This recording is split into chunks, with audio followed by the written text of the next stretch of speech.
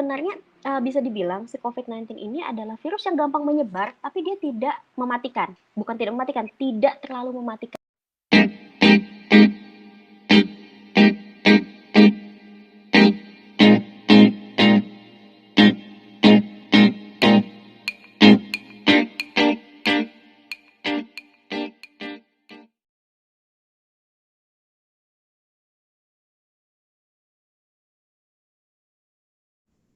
Hai teman-teman, selamat datang di Pio Kepo, komunikasi dan edukasi melalui podcast. Pada hari ini kita akan membahas secara detail tentang COVID-19, baik dari mana asalnya, mitos tentang COVID-19, pengobatannya, hal-hal apa saja yang dapat dilakukan, dan masih banyak lagi. Untuk itu, pada hari ini kami akan menghadirkan seorang narasumber yang sangat luar biasa, yaitu Ibu Dini Rahmatika, M.Pharm, Sains Apoteker. Ibu Dini merupakan salah satu dosen prodi farmasi di Universitas Lambung Mangkurat. Beliau telah menempuh S1-nya di Universitas Airlangga dan menyelesaikan studi S2-nya di University of Kanazawa, Jepang. Selain itu, Ibu Dini juga telah diterima untuk meneruskan studi S3-nya di University of Oxford. Wah, keren banget ya guys. Sebelum videonya dimulai, jangan lupa subscribe, share, dan like videonya. Yuk kita sapa narasumber kita. Siang, Bu. Siang. Apa kabar, Bu? Alhamdulillah baik, habis gara-gara WFH ini, jadi kegiatannya cuma tidur, makan, nyiapin materi kuliah, terus paling apa ya, nggak terlalu banyak lah kegiatan di luar rumah. Seperti yang kita tahu, Bu, bahwa akhir-akhir ini dunia sedang dihebohkan dengan datangnya sebuah virus yang bernama COVID-19. Nah, sebenarnya, Bu, apa sih COVID-19 ini? COVID-19 itu kan salah satu jenis atau salah satu bagian dari virus yang namanya coronavirus. Coronavirus sendiri itu bukan virus yang asing bagi kita sebenarnya. Jadi dulu di tahun sekitar 2014 atau 2010 itu sudah ada pertama kali virus corona itu dideteksi di manusia, itu justru di case reportnya di tahun 2010. Jadi tahun 2010 itu coronavirus itu sudah terdeteksi di salah satu negara di Timur Tengah. Saya lupa exactly negaranya di mana, tapi sudah pernah ada direportkan. Dan coronavirus ini memang adalah virus yang menyerang sistem pernafasan manusia. Jadi kalau kalian pernah dengar SARS, MERS, itu adalah keduanya adalah jenis dari coronavirus. Jadi corona COVID-19 yang sekarang kita lagi dihebohkan sedunia ini, itu cuma salah satu bagian atau salah satu jenis dari familinya coronavirus. Seperti yang tadi Ibu telah katakan bahwa coronavirus ini kan satu famili atau satu golongan juga bersama MERS dan juga SARS. Nah, tapi apa sih Bu yang membedakan antara coronavirus ini dengan MERS dan SARS tadi?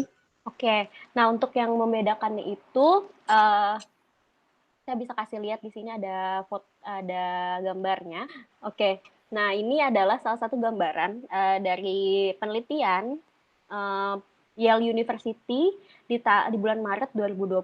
Di sini dia membandingkan antara flu, COVID-19, SARS, dan MERS. Jadi SARS dan MERS ini kan kita bisa lihat ya, di sini ada SARS-CoV dan MERS-CoV dan SARS-CoV-2. Jadi SARS, MERS, dan COVID-19 ini adalah virus yang hampir sama, hanya sedikit berbeda. Nah, jadi di sini perbedaannya itu dari COVID-19, SARS, dan MERS itu persamaannya dulu ya kita omongin. Persamaannya itu mereka sama-sama punya mahkota di seputaran atau di bagian luar dari virusnya. Nah, mahkota ini. Nanti mahkota ini akan sangat mempengaruhi bagaimana cara kita, struktur mahkota ini akan sangat mempengaruhi gimana cara kita untuk menangani atau menghindari si virus ini. Nanti kita akan bicarakan lah. Nah, setelah dia juga punya mahkota ini, kita lihat perbedaannya sekarang. Kenapa sih satu dunia kok heboh dengan COVID-19, sedangkan waktu SARS dan MERS, waktu tahun 2003 dan 2014 itu mereka begitu boomingnya itu tidak sampai jadi pandemik gitu. Nah, perbedaannya adalah yang paling utama itu di waktu inkubasi. Oke? Jadi waktu inkubasinya itu di sini untuk SARS dan MERS dia cuma 2-7 hari dan 2-7 hari untuk SARS dan MERS.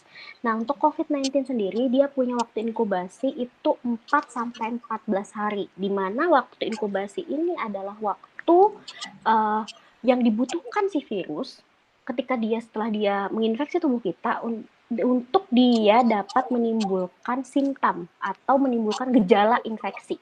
Jadi cukup lama, paling lama dibandingkan flu, SARS, MERS itu COVID-19 paling lama. Nah, kelamanya waktu inkubasi ini menyebabkan tingkat penularannya menjadi lebih tinggi. Karena logikanya seperti ini.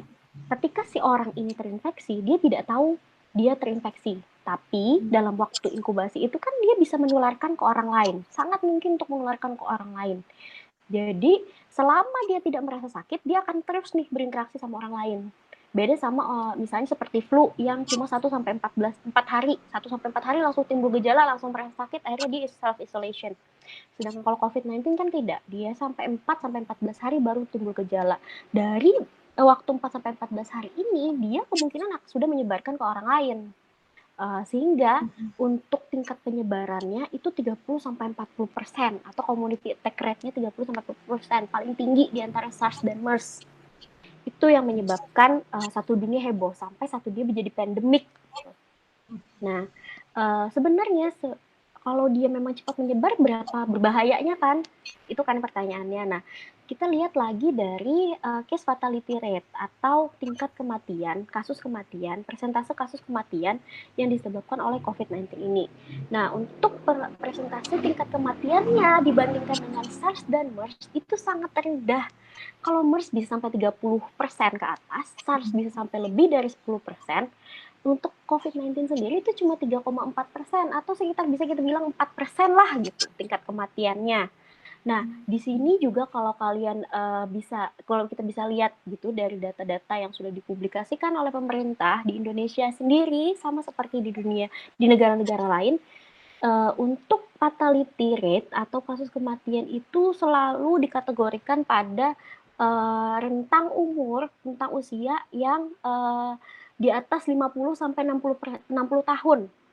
Sehingga itu sebenarnya bisa dibilang si COVID-19 ini adalah virus yang gampang menyebar, tapi dia tidak mematikan. Bukan tidak mematikan, tidak terlalu mematikan. Itu. Nah, untuk yang kasus hospitalize-nya atau berapa orang sih yang harus sampai rawat inap di rumah sakit untuk COVID-19 itu hanya sekitar 19% yang seharusnya dirawat inap gitu. Beda dengan SARS dan MERS yang memang dia butuh penanganan khusus sampai dia semua hampir 100% dari kasus infeksi SARS dan MERS itu harus masuk ke rumah sakit untuk mendapatkan penanganan intensif gitu. Itu sih kalau misalnya untuk perbedaan dari sisi virusnya COVID-19, SARS dan MERS. Selanjutnya mungkin saya juga penasaran tentang bagaimana sih Bu cara penularan dari si COVID-19 ini. Kan orang-orang ada yang bilang kalau misalnya penularannya ini masih droplet kan Bu ya. Nah, Ya. jadi droplet itu bagaimana sih Bu cara penularannya? Oke, sekarang sebelum kita ngomong masalah penularan virusnya, kita ngomong dulu masalah penularan virus itu secara general ya. Jadi gini, kembali lagi kalau misalnya kita terinfeksi virus, itu beda dengan kita terinfeksi bakteri. Jadi, kalau bakteri menginfeksi itu biasanya gejalanya itu spesifik. Misal, kalian diare, sama kalian batuk, sama kalian terinfeksi dari bakteri yang lain, itu dia akan sangat spesifik gejala-gejala yang ditimbulkan gitu. Sekarang kalau kalian misalnya diare sama sakit perut biasa beda nggak? Pasti berbeda kan? Nah, sedangkan kalau untuk virus, selama virus itu dia bisa menginfeksi saluran pernafasan, gejala yang ditimbulkan hampir tidak bisa dibedakan. Jadi pasti gejalanya itu demam dia, terus habis itu dia bisa batuk-batuk, terus gangguan saluran pernapasan, misalnya dia sesak nafas. Nah itu adalah secara general kalau hampirlah semua orang di Indonesia pasti pernah kena flu lah ya. Nah di flu sendiri kan hampir sama tuh gejala yang ditimbulkan antara flu dan si COVID-19. Kenapa kok gejalanya hampir sama? Nah virus flu dan COVID-19 ini menginfeksi dengan jalur yang sama. Jadi jalur penginfeksiannya itu sama untuk seluruh virus yang menginfeksi saluran pernafasan.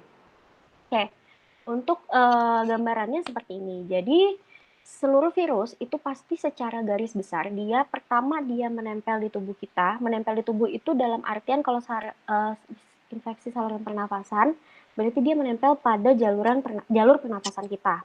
Makanya kalau COVID-19 itu penularannya kan lewat droplet. Nah, droplet itu bisa terhirup, bisa masuk dalam tubuh kita, itu mulai dari terhirup dari hidung, masuk melalui mulut, atau melalui mata. Kalau kita misalnya habis pegang yang ada dropletnya, terus kita ngucek-ngucek mata. Ketika si virus itu sudah dia masuk ke dalam tubuh kita, si virus ini dia akan menempel pada sel tubuh kita sendiri. Karena pada dasarnya konsepnya si virus ini bukan seperti yang orang di luar katakan atau yang orang-orang awam mungkin teman-teman tahu bahwa virus itu tidak akan bisa hidup di luar tubuh. Bukan, tapi virus tidak bisa bereplikasi atau memperbanyak dirinya di luar sel inang atau sel induknya.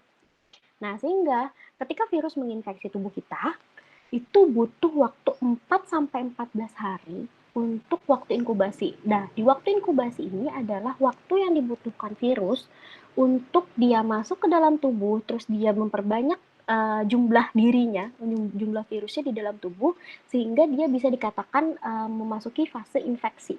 Fase infeksi sendiri itu adalah fase di mana si virus ini masuk ke dalam tubuh dan dia merusak sel tubuh kita atau merusak sistem di dalam tubuh kita, sehingga akan terjadi respon imun dari tubuh. Jadi sel-sel imun tubuh kita akan merespon kerusakan yang disebabkan oleh virus. Nah, respon imun tubuh kita inilah yang menyebabkan gejala-gejala simptomatik dari infeksi virus.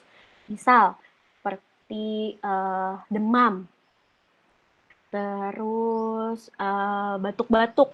Nah, itu adalah respon imun tubuh kita terhadap infeksi virus. Nah, setelah si virus ini, katakanlah kita misalnya habis megang sesuatu, terus dropletnya itu masuk ke dalam tubuh. Apa sih yang dikerjakan oleh virus ini? Virus itu tidak akan dia bisa menimbulkan respon imun atau simptomatis hanya karena ada satu atau sebagian jumlah ketika dia dalam jumlah yang kecil di dalam tubuh. Nah, makanya ketika virus masuk ke dalam tubuh, dia akan otomatis tujuan utamanya dia adalah memasuki fase infeksi. Di mana fase infeksi ini virus butuh untuk bereplikasi atau si virus itu butuh untuk dia memperbanyak dirinya sendiri gitu. Nah, gimana caranya si virus ini menginfeksi tubuh kita?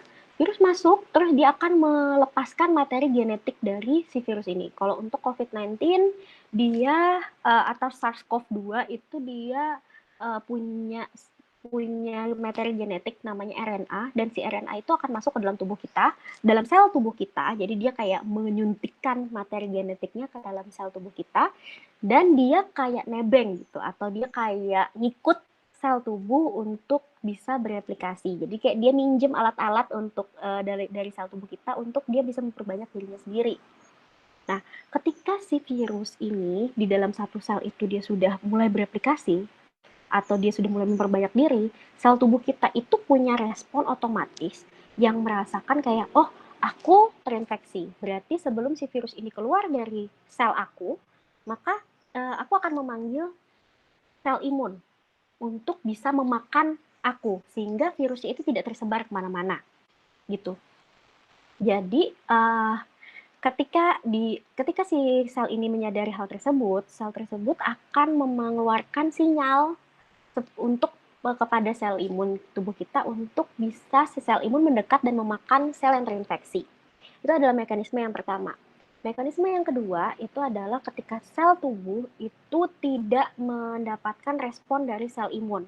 Misalnya sel imunnya belum terlalu aware atau jumlah sel yang terinfeksi masih terlalu sedikit gitu. Sehingga ini akan mengakibatkan virus-virus yang berkembang dalam satu sel tersebut, dia akan merusak selnya untuk dia bisa keluar dari dalam sel tersebut, sehingga dia bisa menginfeksi sel yang lain.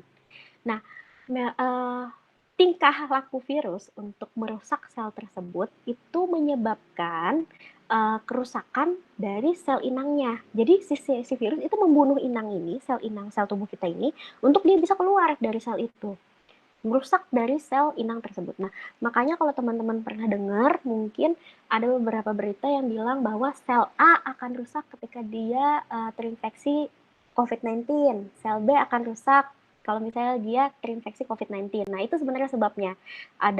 Sebabnya adalah dari mekanisme infeksi atau mekanisme penyebaran virus di dalam tubuh. Tuh.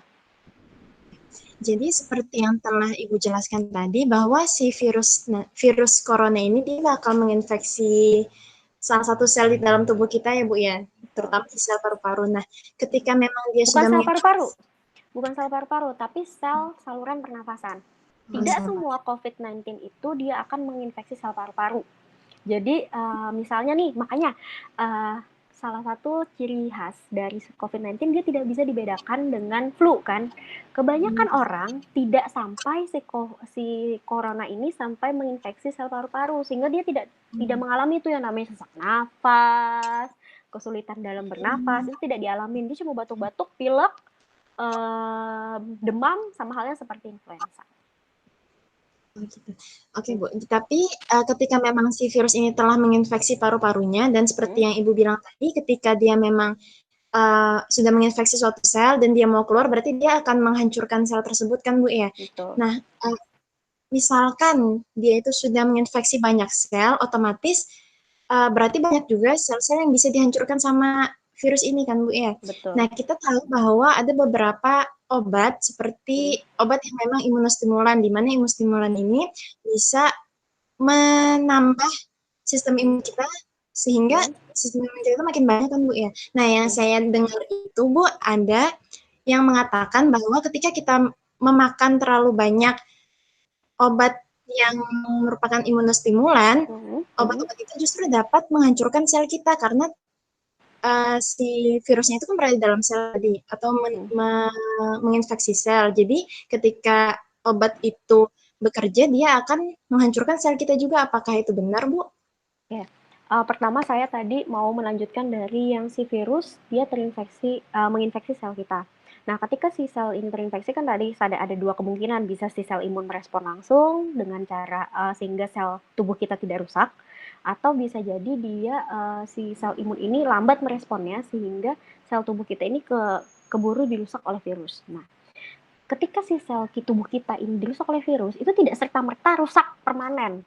Tapi ada yang namanya sistem recovery dari tubuh, ada yang namanya imunitas tubuh, sehingga memicu sel yang sama untuk tumbuh kembali. Jadi sel tubuh kita tuh bukan seperti yang dikira tidak bisa ketika rusak sudah tidak bisa disembuhkan lagi, sama seperti kita luka dia sebenarnya. Ketika kita luka kan nggak lukanya menganga terus kan. Ketika misalnya kulit kita itu kebaret, bukan berarti dia tidak bisa sembuh total kan. Nah, sama seperti itu juga sel-sel lain dalam tubuh kita.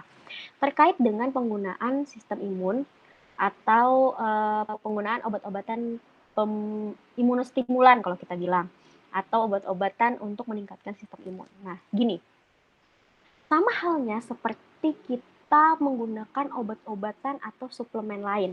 Konsep dari suplemen itu adalah untuk meningkatkan hal yang rendah. Jadi kayak misalnya ketika imunitas kita rendah, maka si imunostimulan ini memicu untuk meningkatkan meningkatkan imunitas tubuh kita. Ketika orang dengan imunitas yang baik minum imunostimulan, dia akan menimbulkan reaksi-reaksi justru yang tidak diinginkan. Kalau untuk dia menyerang sel tubuh kita, saya pikir kurang tepat ya, karena si sel imun itu bisa mengenali tuh sel-sel mana yang harus dia serang. Tapi yang kemungkinan bisa terjadi ketika kita minum imunostimulan di mana kondisinya atau kondisi imunitas kita itu lumayan tinggi, itu adalah si imunostimulan ini bikin tubuh kita mengeluarkan reaksi hipersensitivitas kalau kita bilang, atau menjadi terlalu sensitif. Responnya bisa seperti apa? Misalnya seperti pada kasus alergi.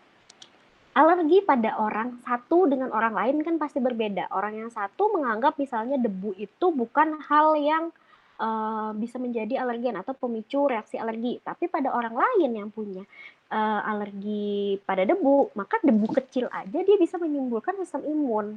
Sama seperti kita alergi gatal-gatal lah. Nah, itu jadi penggunaan imunostimulan itu harus dengan kondisi yang tepat. Makanya penggunaan imunostimulan ini biasa disarankan untuk orang-orang yang memang sudah memiliki gejala. Gejala misal dia sudah ada batuk-batuk atau dia sudah mulai merasa, pastilah kita punya tolak ukur diri kita sendiri. Oh, saya kecapean hari ini, maka saya minum imunostimulan untuk mencegah saya sakit gitu. Tapi kalau kita nggak ngapa-ngapain dengan kegiatan yang sama, tidak ada tidak ada apa ya perubahan yang signifikan dalam tubuh kita. Untuk apa kita menggunakan imunostimulan? Jatuhnya nanti malah memicu terjadinya reaksi hipersensitivitas. Hipersensitivitasnya tiap orang berbeda-beda. Misal hipersensitivitas saya misalnya gatel-gatel, jadinya bintik-bintik badan. Nah, yang bahaya itu adalah ketika hipersensitivitas itu reaksinya pada saluran pernafasan. Misal, yang tadinya saluran pernafasannya pada sistem imun yang baik, itu dia tidak apa-apa ketika misalnya terpapar sedikit debu, pada penggunaan imunostimulan, bisa aja kita tiba-tiba kena debu sedikit sesak nafas. Maka banyak masyarakat yang menganggap bahwa, oh imunostimulan ini malah memicu si corona ini memicu kita untuk terinfeksi corona atau malah membuat kita lebih sensitif terhadap infeksi corona, memperparah infeksi corona. Kalau menurut saya dari imunologi itu kurang tepat. Bukannya si imunostimulan memicu kita untuk terinfeksi, tapi tubuh kita yang menjadi terlalu sensitif. Jadi ibarat kata tuh kena dikit langsung merasa seperti kita terinfeksi sehingga ada yang dapat jadi habis minum imunostimulan yang banyak, oh kok malah jadi sesak nafas. Jangan-jangan malah imunostimulannya bikin aku terinfeksi corona itu saya sih.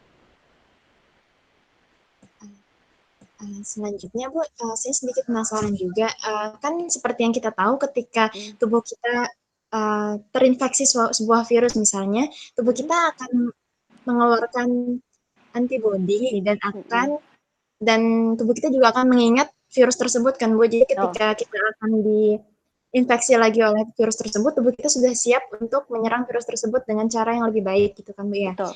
Nah, saya ingin tanyakan, apakah masih ada kemungkinan ketika misalnya seseorang pernah terinfeksi oleh virus corona dan telah dinyatakan sembuh, terus pada akhirnya dia terinfeksi lagi, apakah memang masih ada kemungkinan atau bagaimana, Bu?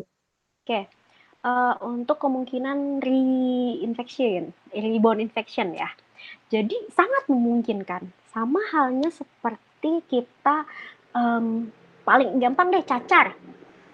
Orang bilang ketika kita sudah pernah kena cacar, maka kita tidak akan pernah kena cacar lagi. Padahal pasti banyak orang yang bisa kena cacar 2-3 kali seumur hidupnya. Jadi memang benar, ketika kita itu terinfeksi suatu patogen atau bisa virus, bisa bakteri, umumnya virus sih, virus atau bakteri, kita itu punya yang namanya sel memori atau sel yang bisa mengingat di dalam tubuh kita apa-apa aja sih yang pernah terpapar dalam ke tubuh kita. Ini juga yang bikin imunitas orang dari tiap negara itu menjadi unik. Kalau saya bisa cerita, dulu saya waktu di Jepang, itu setelah balik dari Jepang ke Indonesia, saya lebih gampang terserang diare karena mungkin sel-sel imun tubuh saya sudah tidak mengingat bakteri-bakteri saluran pernafasan lagi yang dulunya pernah terpapar gitu. Sama halnya seperti COVID-19. Kita masih belum tahu seberapa lama sel memori bisa mengingat paparan dari sel si COVID-19. Makanya kalau kalian pernah tahu kalau kita mau umroh, itu kan disarankan setiap mau umroh kita vaksin. Ngapain sih vaksin berkali-kali kalau memang satu kali vaksin langsung sel tubuh mengingat. Nah, ini jadi perbedaannya, saya meluruskan konsep masalah sel memori di masyarakat. Jadi sel memori ini dia punya juga jangka waktu mengingat dari paparan virusnya. Ada yang jangka pendek, ada yang jangka panjang. Nah, dan kalaupun si virus ini sudah menginfeksi tubuh kita, apakah otomatis kita punya sel imun yang bagus untuk atau kita punya ibarat kata sel memori terbentuk di dalam tubuh kita untuk mengingat paparan virus itu? Bisa iya, bisa tidak. Sama halnya seperti mungkin ada bayi-bayi yang sudah pernah divaksin campak, gedenya kena campak lagi. Itu sama halnya seperti itu. Jadi tidak selalu sistem imun kita itu membentuk sel memori dari semua paparan virus dan bakteri yang pernah masuk ke dalam tubuh kita. Sebagian besar memang akan membentuk sel memori, sebagian besar, tapi masih mungkin kita termasuk di sebagian kecil yang tidak punya sel memori tersebut. Dan itu tidak akan bisa kita deteksi apakah kita sudah punya kekebalan sistem imun. Jadi kalau misalnya orang merasa, oh aku sudah pernah kena COVID-19, aku berjalan-jalan ke negara yang pandemik, berarti aku tidak pernah kena lagi. Ya bukan kayak gitu cara mainnya. Dan lagi, seperti yang saya sudah jelaskan, si COVID-19 ini kita nggak tahu seberapa lama si sel memori tubuh kita itu untuk retain memori masalah infeksi dari si COVID-19 ini. Penelitian masih terus berlanjut, apakah dia bisa, misalnya kayak virus influenza itu kan bisa buat berapa sih, 2 bulan misalnya. Apakah dia setelah 2 bulan itu akan kembali ke nol lagi sistem imun tubuh kita itu kita masih nggak tahu. Nah itu yang masih sebagai tanda tanya dan masih terus diteliti oleh seluruh peneliti, saya bilang seluruh peneliti di dunia mengenai apakah benar seberapa lama sih si memori sel tubuh kita itu bisa mengingat paparan dari COVID-19. Untuk kasus di Jepang sendiri, itu kan sudah ada beberapa orang yang setelah terserang virus COVID-19, virus corona ini dia terserang lagi. Nah, itu membuktikan bahwa tidak semua yang pernah terserang otomatis membuild atau menghasilkan sistem imun. Makanya buat penanganan corona ini paling bagus adalah kita menghindari paparan. Entah kita sudah pernah terpapar atau kita belum, paling bagus adalah menghindari paparan. Karena kita nggak bisa tuh mengidentifikasi. Nah, si sel memori ini tidak menimbulkan respon apa-apa dalam tubuh kita. Nggak kayak infeksi yang kelihatan kita demam, kalau misalnya infeksi enggak. Kita membentuk sel imun, kita nggak membentuk sel imun, nggak ada bedanya. Nggak akan bisa pernah kita tes juga gitu. Itu sih.